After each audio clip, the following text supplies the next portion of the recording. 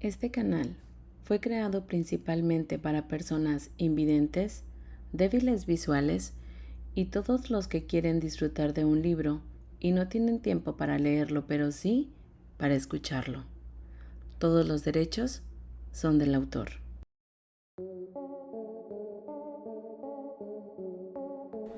La ascensión del arcángel de Nalini Singh, del gremio de los cazadores, capítulo 17.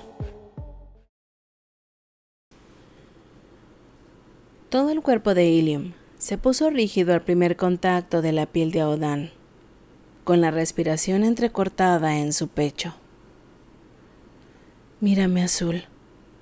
Solo cuando Aodan le dio orden en su voz baja, Ilium se dio cuenta de que había echado la cabeza hacia atrás y cerrado los ojos, con las manos cerradas en puños sin sangre a los lados. Tuvo que hacer un esfuerzo consciente para volver a mirar a Aodan, pues la intimidad lo cegaba. Su respiración se aceleró rápida y superficial. «Esos ojos», murmuró Aodan, con los nudillos aún rozando a Ilium en una caricia de mariposa, que bien podría haber sido un atizador caliente por lo que le estaba haciendo. Esas pestañas, esa piel, toda de él. Ilium apenas podía pensar, cada célula de su ser concentrada en Aodan. Salvo en sus días de juventud impetuosa por sus primeros amantes, siempre había sido capaz de mantener cierto grado de control en las relaciones íntimas. Nunca de modo que lo pusieran por encima de su pareja. Ilium no funcionaba así. No utilizaba a la gente de forma tan cínica. Cuando compartía su cuerpo, lo hacía con generosidad y sinceridad.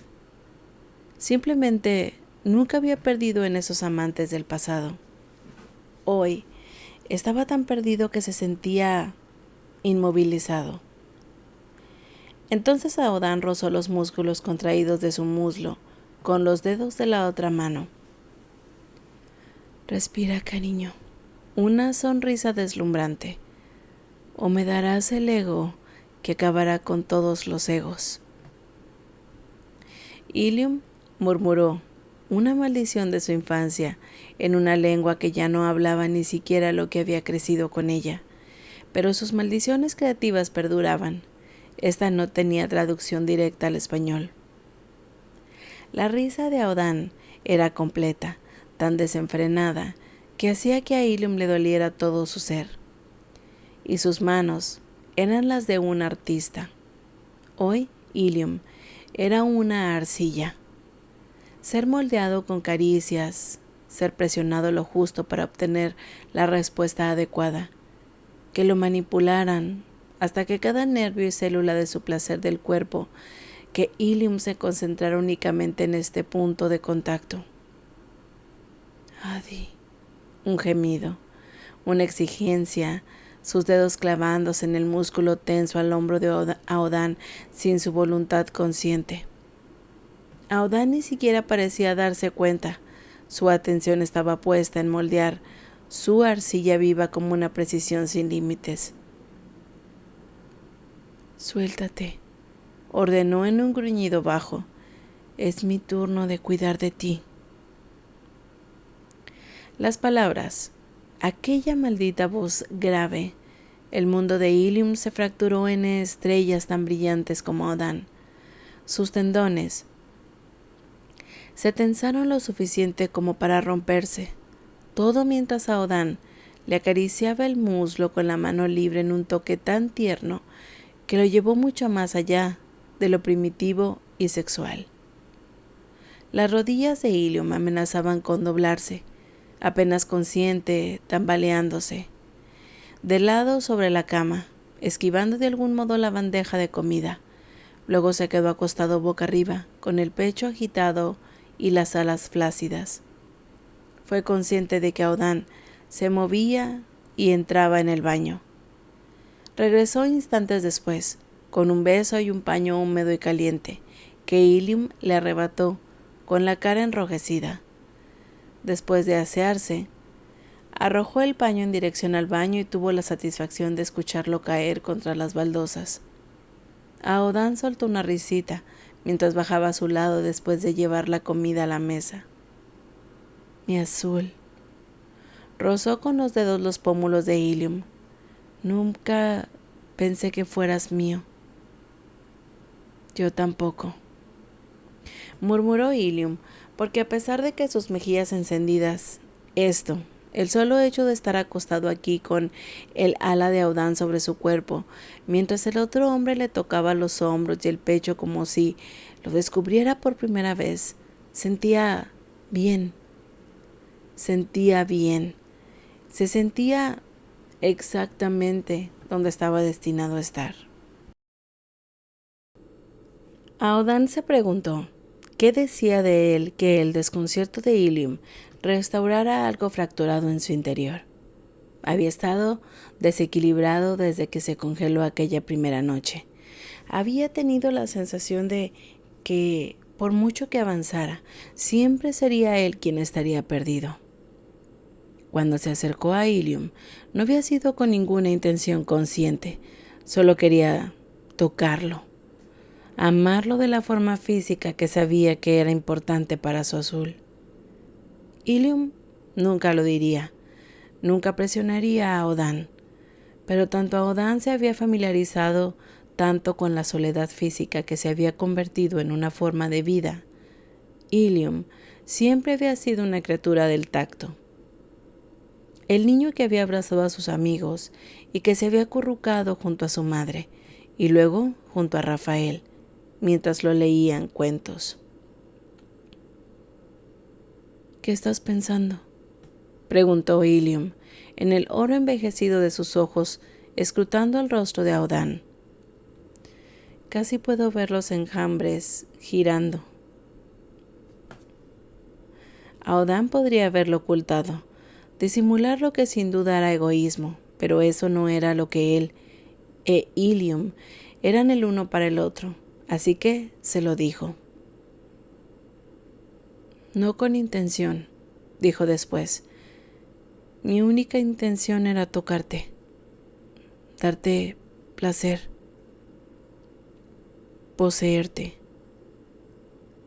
Porque resultó que Aodan tenía una profunda vena posesiva cuando se trataba de Ilium, ese ángel que tenía 1000 personas más, que lo adoraban y creían tener alguna relación privada con él.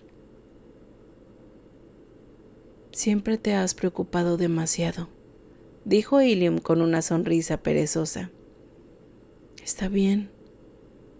Antes pensaba lo mismo, que entre nosotros el poder siempre ha ido y venido.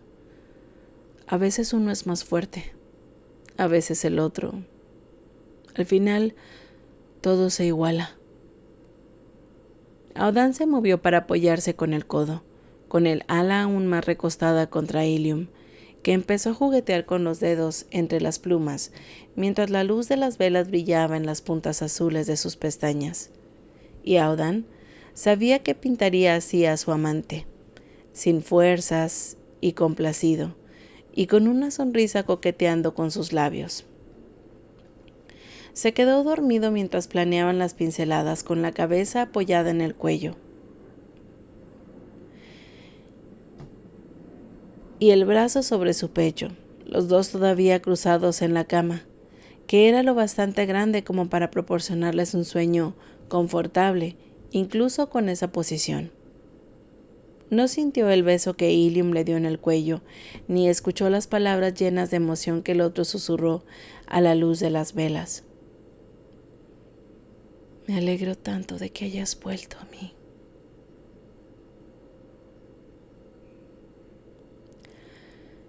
Pasaron todo el día siguiente, revisando las pertenencias de Marco.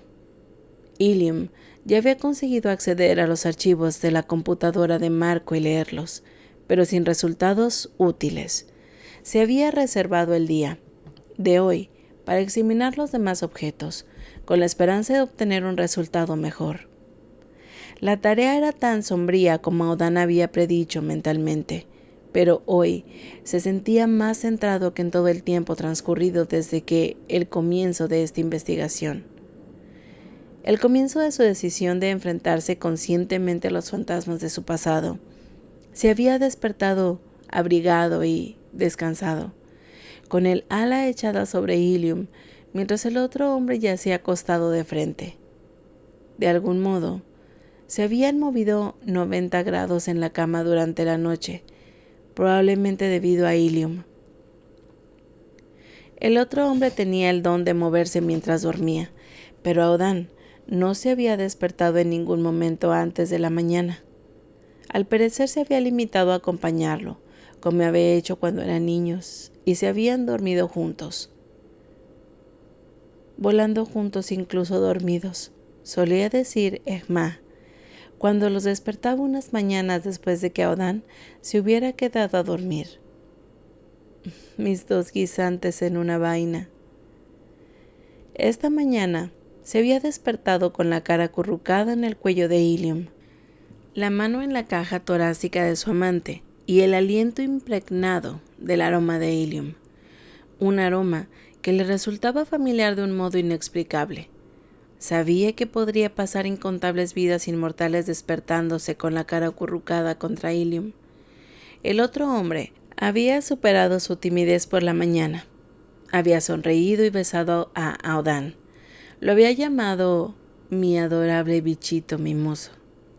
Y luego le había contado que, en un momento dado, había tenido que sacudirse como una serpiente para salir debajo de Aodan, para apagar las velas y guardar la comida. Luego se volvió a meter en la cama y dice que le echó el ala por encima, murmurándose algo sobre el tono perfecto de azul, y se volvió a dormir. Una sonrisa satisfecha. Por supuesto, entonces supe que estaba soñando contigo. Nadie más en la existencia se atrevería a llamar a Aodan un bicho mimoso. Pero de Ilium, cuando era tan feliz, vibrante y lleno de afecto ilimitado, a Aodan le gustaba. Incluso ahora quería sonreír al recordar la alegría contagiosa de Ilium, pero acababa de tomar un marco de fotos que contenía una imagen de Marco con su madre. La sonrisa se esfumó antes de que pudiera formarse. Era una de esas imágenes que los mortales tienen en sus centros comerciales. En algunos ángeles y vampiros de la torre las tenían como souvenirs divertidos, pero este no era un souvenir para bromas, era un artefacto de amor, un marco adolescente con su toga y birrete de graduación del instituto, y su madre con lo que debían ser sus mejores galas. Juliana rodeaba a Marco con el brazo y miraba a su hijo más alto con una expresión de sumo amor, mientras él sujetaba su diploma enrollado con una enorme sonrisa en la cara. Llevaba el cabello más largo, 2 rizos oscuros que le rozaban la mandíbula bien afeitada. Era una pareja más formal que la foto de graduación que Julia tenía en el aparador. ¿Habría elegido esta porque le parecía más real, más parecida a su hijo? Qué difícil debe ser para una madre elegir las fotos de su hijo entre toda una vida. A Julia le gustará tenerlo, aunque tenga su propia copia, murmuró Ilium. Porque la conserva, dijo Aodan, asintiendo con la cabeza. Mucho después de pasar de niño a hombre, guardó esta foto de un momento de celebración con su madre. Podemos poner cosas así en una caja, dijo Ilium. Cosas buenas para cuando esté preparada para recordar los momentos felices con su hijo. Puede ignorar el resto de sus pertenencias hasta que esté preparada. Aodan dejó el marco a un lado, pero solo después de abrir la parte de atrás para asegurarse de que Marco no había escondido nada ahí. No debería haber ninguna razón por la que el joven vampiro ocultara cosas. Parecía que había sido sincero sobre su acosadora, su familia y con su ángel, pero la gente también ocultaba cosas como preocupaciones o para evitar que un ser querido sufriera. El marco estaba vacío. He revisado este pequeño cuaderno Ilium levantó el sencillo cuaderno con portadas de cartón en la que aparecía un auto de baja estatura, cuyas líneas recordaban las de un gato de selva. Parece que lo usaba para recordarse cosas a diario. Abrió una página para mostrar una lista tachada. Marco se esforzó en dividirlas en meses. Tenía notas futuras sobre varios acontecimientos importantes. Entre ellos, cuándo iba a estar en la ciudad del grupo favorito de Tanika y el cumpleaños de su madre. Pensaba encargarle un pastel especial. Ilium trazó la letra, garabateada de Marco en un dedo cuidadoso mientras su cuerpo se tensaba, su voz áspera por la rabia de una vida robada. Era un buen hijo, un buen hombre. La clase de hombre que se acordaba de comprar comida para su novia, aunque solo necesitara una botella de sangre, y que hacía una nota para recordar el próximo aniversario de sus padres. Los propios dedos de Audán se enroscaron en su palma, la espalda rígida. Alguien arrebató a ese hombre y a la mujer que amaba, lejos de todos porque no aceptó ser su juguete. La rabia era un hervidero en su interior. Quiero hacerles daño. El pecho de Ilium palpitó con fuerza, ante la rabia abierta en el rostro de Audán. Su mejor amigo no se había permitido sentir rabia durante mucho tiempo. Había quedado demasiado malherido después de que lo rescataran por primera vez, y más tarde lo había reprimido tan profundamente que se había convertido en un veneno que calaba hasta los huesos. Ilium sabía que el otro hombre había hablado con Care. Siempre había esperado con cada gramo de su ser que el sanador le hubiera extirpado el veneno en privado. Pero ya no estaba tan seguro, porque Audán era el más testarudo de los dos, era el más callado, menos propenso al mal humor, pero retenía las cosas más profundamente y durante más tiempo. Yo también, dijo, sin ser seguro de si era lo correcto, pero queriendo que Audán supiera que su ira no era una respuesta a juzgar, que tenía derecho a la rabia, derecho a estar furioso por el tipo de narcisismo que había llevado a la pérdida de 2 vidas inocentes. A veces, la rabia es la única respuesta posible.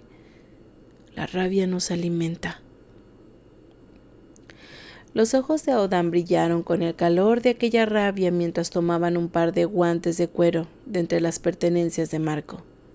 Ilium ya los había pasado por alto, pero Audán frunció el ceño, mirándolos fijamente. Son demasiado finos. Le dio la vuelta a la parte superior de un guante para revelar un interior de piel. El cuero es tan suave como la mantequilla. Creo que es piel de conejo de verdad. Miró a su alrededor. Miró el resto de la ropa de Marco.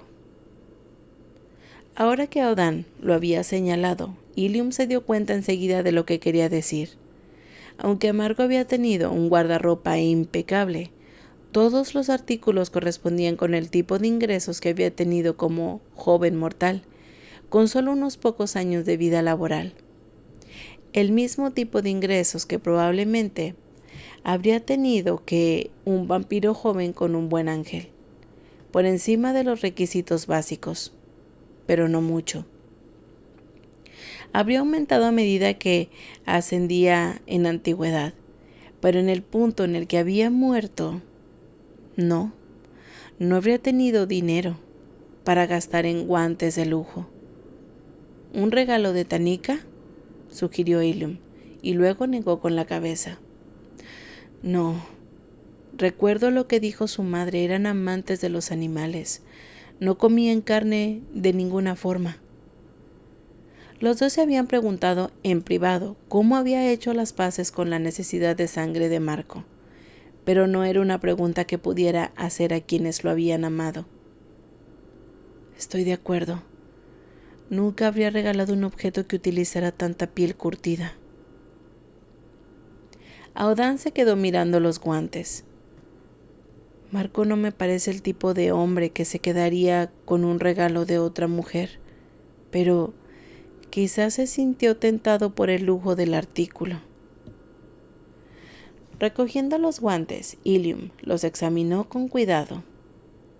No veo rasguños ni otras marcas que digan que han sido usados, pero no veríamos eso si lo cuidara. ¿Hay una marca del fabricante? Ilium dio la vuelta a ambos guantes y no encontró ninguna etiqueta de seda. Frunció el ceño. Aodan se fijó en los lujosos materiales y en lo que parecía un minucioso cosido a mano. No era un objeto fabricado en serie, una creación artesanal. Y ningún artista estropearía su trabajo con lo que consideraría una etiqueta antiestética. Aquí, dio unos golpecitos en la parte interior del borde de la muñeca, que a diferencia del guante en sí era de un verde intenso, casi negro. El hilo utilizado era de un verde pálido que contrastaba. Esa es la marca. ¿En serio? No puedo creer que me cuestiones sobre guantes. Tú, el hombre que se niega a aceptar llevarlos. Sus palabras eran suaves, incluso si estás en peligro de congelarte. Soy un ángel guerrero. Llevaré manoplas y muñequeras, pero no guantes. Ilium volvió a girar los guantes en la dirección correcta. ¿Sabes quién es? ¿El artesano? Celine, dijo Aodan, habiendo colocado esta marca en particular.